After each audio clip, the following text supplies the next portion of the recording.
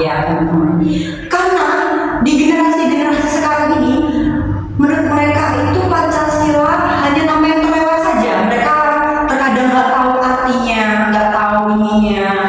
Oke, daripada lama-lama, kita langsung aja bahas apa sih itu Pancasila. Terutama kita akan mengundang tamu kita, yaitu Kak Salma. Silakan masuk Kak Salma, ini jauh-jauh dari Bogor. Halo, selamat datang di podcast Pubertas ya. Gimana nih? Iya, agak ambigu namanya, cuman nggak apa-apa. Pubertas kan podcast berita teratas ya. Gimana nih Kak Salma perjalanannya? Makanya sih Kak, tadi itu kayak di sana tuh macet. Sebelumnya perkenalkan dulu siapa sih beliau ini, gimana tentang kuliahnya tuh jurusan apa dan apa gitu ya. Halo semuanya, nama aku Salma. Aku jurusan akuntansi semester 1. Dan kali ini sih lebih sering ngerjain banyak proyek-proyek karena di sebelumnya itu ada UTS gitu Kak. Jadi ngerjain proyek-proyek. Kak Salma ya, udah tahu ya. Dari jurusan akuntansi nih, kok mau sih diundang ke podcast ini? Karena kan saat ini temanya adalah Pancasila. Sangat jauh dari akuntansi ya. Yang akuntansi itu di mana? Basicnya itu bener-bener hitung gitu ya. Oke, Kak Salma ini ternyata dari jurusan akuntansi. Kok mau sih diundang ke Pubertas? Padahal ini tuh lagi bahas tentang Pancasila yang dimana tuh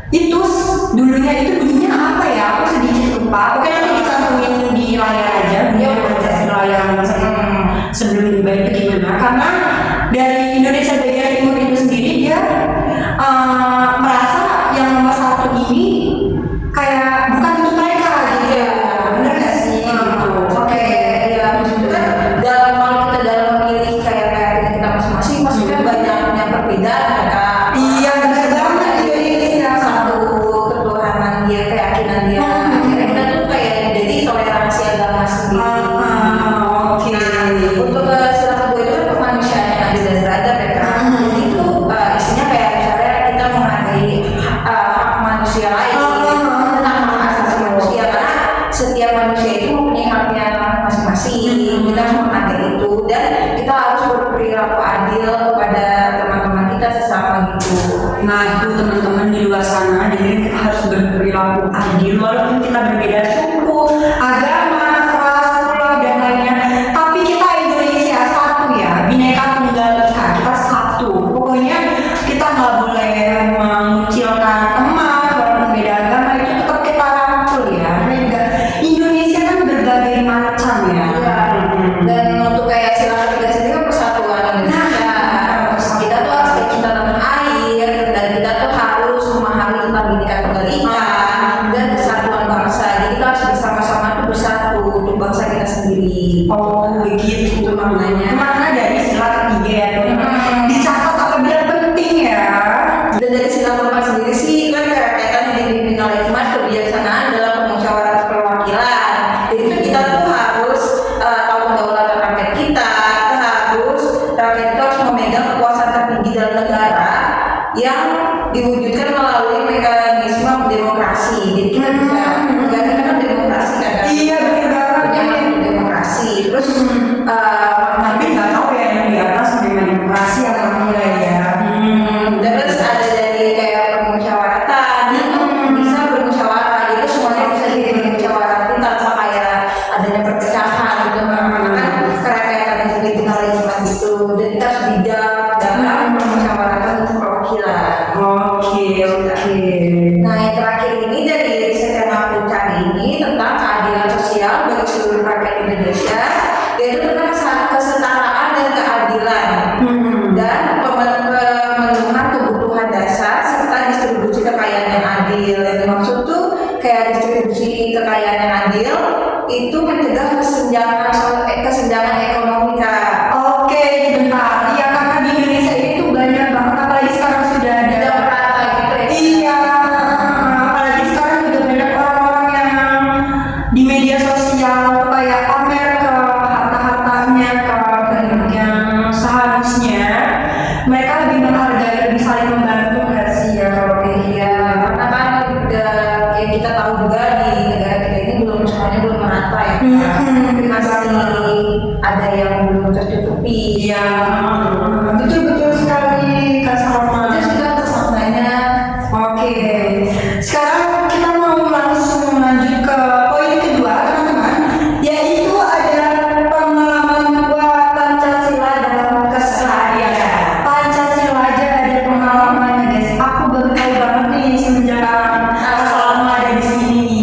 Kayak Pengalaman, iya pengalaman kayak ternyata Pancasila tuh sangat dalam ya artinya kayak aku itu Pancasila tuh hanya pedoman negara aja kayak Iya, dalam kehidupan sehari-hari pun ada kayak wah ternyata banyak juga ya Pancasila. Oke coba kita langsung bahas aja pengalaman Pancasila dalam kesehariannya itu kayak apa aja sih Kak? misalnya nih pengalaman Pancasila dan keseharian itu kan tadi banyak kayak berbeda keyakinan kan. Nah, dalam keseharian itu kita bisa bikin toleransi. Itu tuh kita udah mencerminkan sikap Pancasila kan. Itu kan toleransi terhadap perbedaan. Terus kita juga adil terhadap sesama. Dan kita gotong royong. Itu kita saling membantu sama lain. Serta kita menaruh kasih sayang kepada orang lain. Terus ada lagi nggak sih Kak kayak pengalaman Pancasila dan keseharian kayak sebagai mahasiswa atau pelajar gitu? Kalau dari aku sendiri sih kayak ya itu kan membantu temannya. Misalnya dia kesusahan. Iya benar banget, apalagi tuh sumpah sekarang tuh gara-gara ada media sosial yang saat ini berkembang sangat pesat yang namanya Pancasila itu kayak dia sudah mulai terbelakangi yang digaungkan oleh si media sosial ini, apalagi ada Gen Z, Gen A. Ya banyak juga anak-anak sekarang tuh kalau ingin bantu orang tuh suka gengsi gitu. Iya benar banget, gengsinya tuh terlalu tinggi. Juga banyak orang tuh yang nggak toleransi atas kayak perbedaan. Soalnya kan kita juga tinggal di Indonesia ya, Yang memang yang kita tahu juga beragam agama, ras, suku. beda-beda. Iya, jadi kita nggak boleh mencela itu dari timur, barat, daya, dan selatan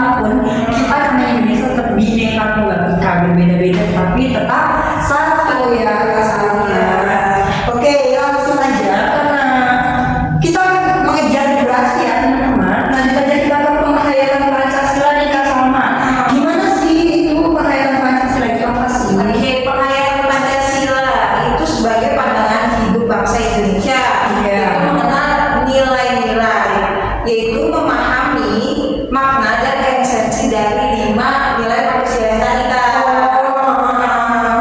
Terus yang kedua itu menjadi pedoman hidup. Pedoman hidup dari sini ini maksudnya menjadikan Pancasila sebagai landasan moral, etika, dan spiritual untuk menjalani hidup. Yang dimaksud pedoman hidup ini hidup bernegara ya. Lalu menerapkan dalam kehidupan. Jadi tadi pedoman terus diterapi dalam kehidupan kita. Mengamalkan nilai-nilai Pancasila dalam kehidupan sehari-hari, baik di lingkungan keluarga, masyarakat maupun bangsa dan teman-teman sekitar kita. Dan mengapa sih penting untuk memahami dan menghayati nilai Pancasila? Karena yang pertama itu sebagai identitas nasional Pancasila itu, dan yang kedua Pancasila itu sebagai pedoman hidup bernegara. Jadi dalam suatu negara pasti kan punya aturan sendiri. Betul sekali Kak Salma. Teman-teman sebenarnya aku di sini aku nemuin maaf ya Salma. Di sini aku teman-teman maaf ya Kak Salma, aku di sini aku maaf nih dengan Kak Salma sebenarnya lebih ke laptop, karena menurut aku apa yang dicari sama Kak Salma itu sangat berarti dalam kehidupan